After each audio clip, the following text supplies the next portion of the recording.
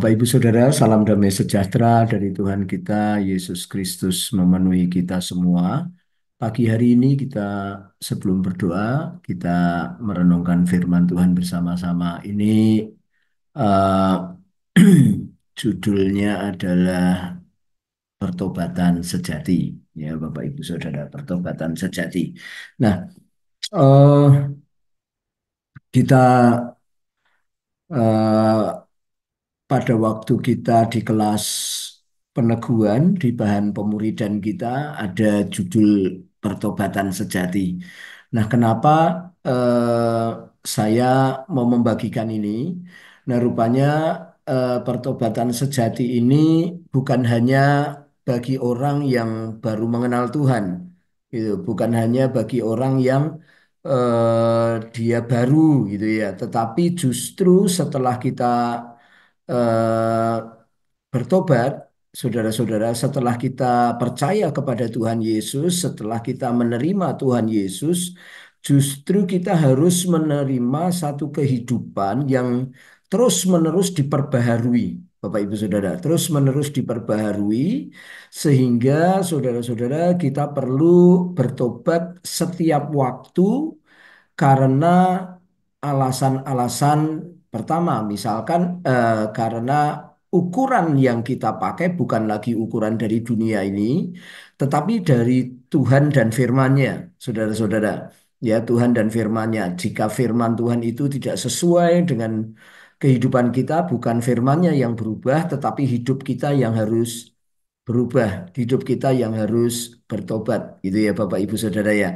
Nah, kata bertobat sendiri artinya adalah perubahan pikiran, perubahan pikiran. Jadi dia menyangkut kepada jiwa kita, ya. Jiwa adalah tubuh, eh, jiwa itu tubuh, jiwa itu pikiran, perasaan, kehendak, ya, Bapak Ibu Saudara. Maka sangat sekali berpengaruh di eh, kehidupan kita. Jadi kalau kita menemukan satu firman Tuhan atau hikmat yang datang dari mungkin teguran dari teman-teman kita, saudara-saudara seiman kita yang ternyata hidup kita tidak sesuai dengan firman Tuhan, maka kita harus bertobat, Bapak Ibu Saudara. Ya, maka itu kehidupan pertobatan harus kita bawa terus-menerus ketika kita membaca firman Tuhan, ya melakukan aba atau saat teduh atau kita mendengar khotbah atau kita mendengar PA, saudara-saudara, hidup kita disesuaikan dengan firman Tuhan.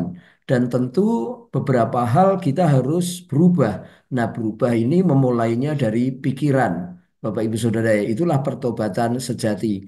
Nah, begitulah juga sebenarnya cara Tuhan untuk menyegarkan jiwa kita, sehingga kita memiliki pikiran, perasaan, kehendak yang sangat menyegarkan kita.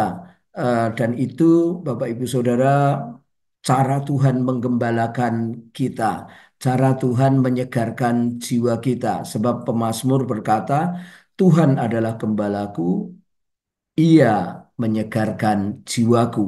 Nah, penting Bapak Ibu Saudara kita memiliki kehidupan yang terus-menerus eh, bertobat. Juga Alkitab mengajari kita hendaklah kamu saling menasehati, saling membangun ya Bapak Ibu Saudara supaya kita berubah sesuai dengan firman Tuhan. Maka itu perlu pelajaran ini Bapak Ibu Saudara, perlu kita merenungkan ini ya. Eh, Firman Tuhan di Lukas 15 ayat 17, 18, 20, 21. Lalu ia menyadari keadaannya, katanya betapa banyak orang upahan Bapakku yang berlimpah makanannya. Tetapi aku di sini mati kelaparan. Aku akan bangkit dan pergi kepada Bapakku dan berkata kepadanya, Bapa, aku telah berdosa terhadap surga dan terhadap Bapa. Ayat 20 dan 21, maka bangkitlah ia dan pergi kepada bapaknya. Ketika ia masih jauh, ayahnya telah melihatnya, lalu tergeraklah hatinya oleh belas kasihan. Ayahnya itu berlari mendapatkan dia, merangkul dan mencium dia. Kata anak itu kepadanya, Bapa, aku telah berdosa terhadap surga dan terhadap Bapa. Aku tidak layak lagi disebut anak Bapa. Nah, Bapak Ibu Saudara, ini adalah cerita tentang anak yang hilang, itu saudara-saudaraku dan ditemukan.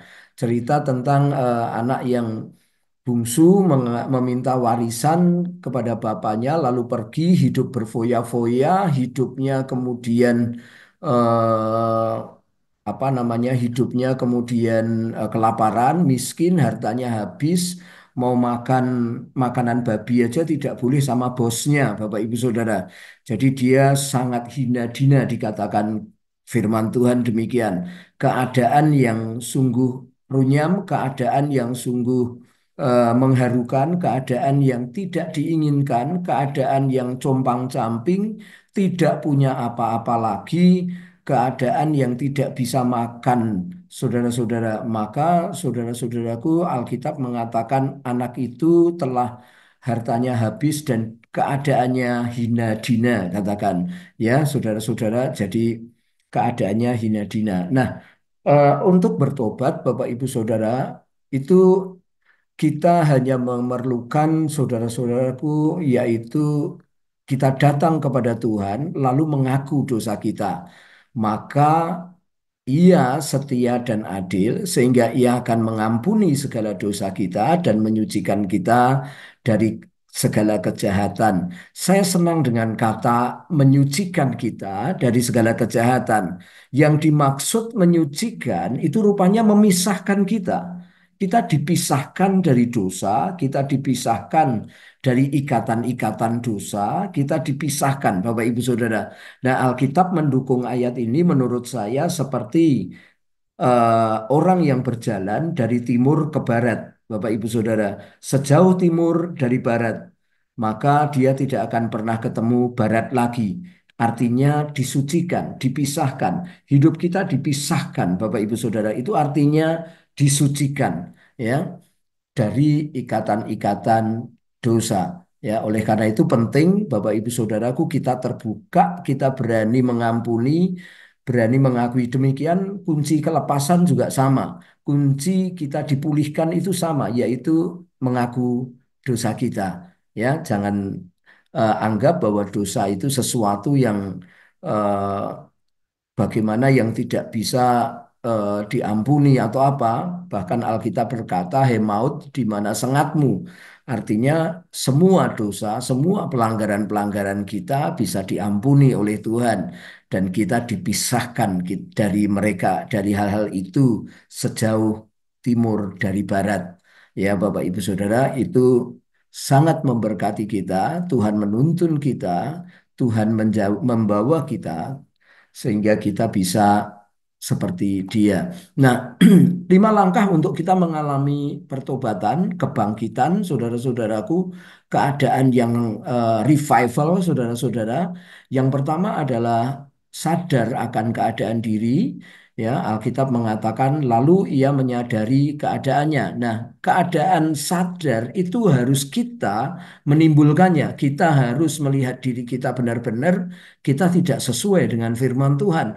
Kita tidak sesuai dengan kehendak Tuhan. Kita berbeda dengan firman Tuhan. Jadi kesadaran ini penting, Bapak Ibu Saudara. Nah, kesadaran harus kita bawa kemana-mana supaya kita sadar. Kalau nggak sadar, kita gila, Bapak Ibu Saudara ya. Kita dikatakan, wah orang ini nggak sadar ini edan berarti Bapak Ibu Saudara. Ya, orang nggak sadar tuh dibilang begitu. Kemudian yang kedua, saudara, anak ini membuat pernyataan bangkit. Saudara, aku akan bangkit dan pergi kepada Bapakku. Dalam hatinya dia mengatakan hal demikian. Kemudian yang ketiga, dia membuat pengakuan. Bapak Ibu Saudaraku, sekali lagi di 1 Yohanes 1 ayat 9 itu juga menyinggung tadi tentang pengakuan. Yang keempat melaksanakan pernyataannya 1, 2, 3 itu.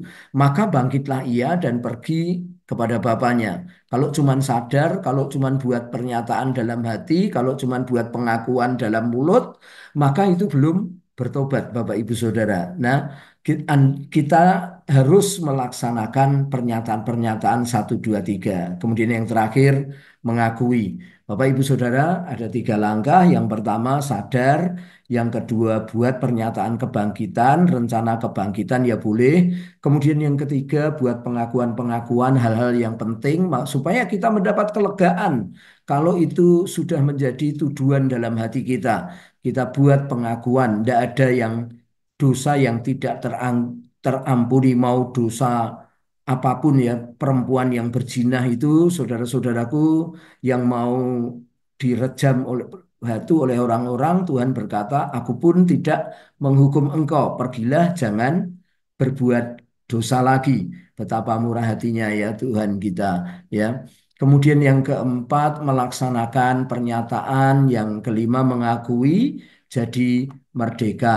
Mari Bapak Ibu Saudara, kita memiliki kehidupan yang terus-menerus diperbaharui sehingga kita punya kesegaran dalam jiwa kita. Mari kita berdoa.